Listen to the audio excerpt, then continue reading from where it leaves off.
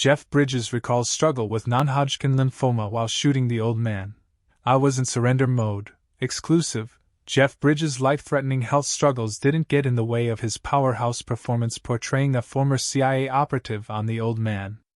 In a recent interview with People, the actor, 74, discussed the show's two of Hollywood's biggest rising stars.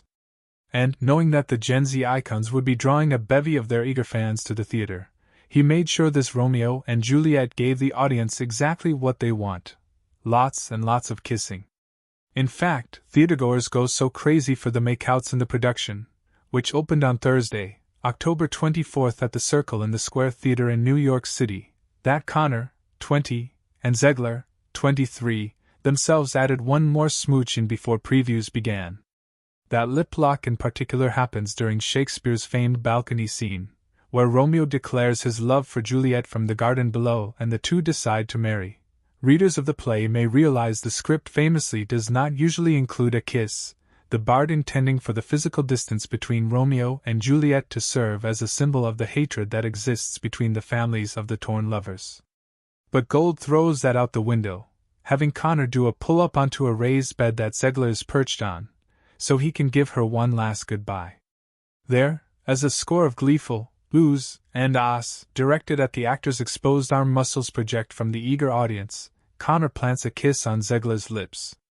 Audiences clearly love it, so much so that bootleg recordings of the passionate peck have gone viral on TikTok.as. Connor and Zegler told Teen Vogue in a story published on October 22nd, the two brainstormed the idea of the additional smooch on September 25th, during the invited dress rehearsal.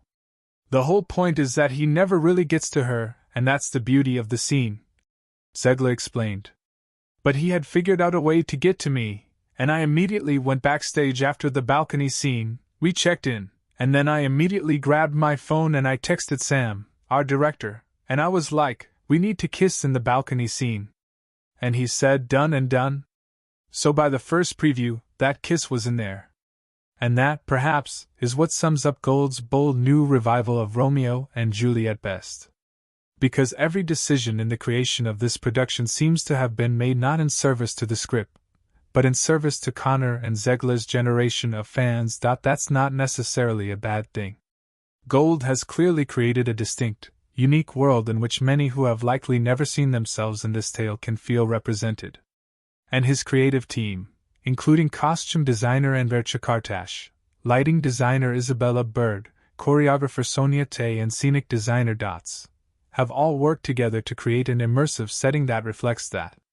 The cast is decked out in trendy late 90s, early 2000s inspired garb, seemingly bought directly from a Contempo Casuals or Urban Outfitters of yesteryear. Inflatable furniture and shopping carts full of stuffed animals are littered around the stage. There's neon lights, same-sex smooches, vaping in a ball filled with rave-like music and lots of energetic dancing. There's even a floor of silk flowers that would make the perfect backdrop for the most Instagrammable selfies in Verona. Helping set the mood is music written by prolific producer Jack Antonoff, the show marking the first time he's composed for Broadway. The handful of songs, including Man of the House, a catchy track beautifully sung by Zegler, give the entire play a vibe that's hard to resist. Casting, save for our titular characters, is completely gender and colorblind. Many actors effortlessly move between wildly different roles. Gabby Beans, a 2022 Tony nominee for The Skin of Our Teeth, grounds the show as Mercutio, the Friar and the Prince.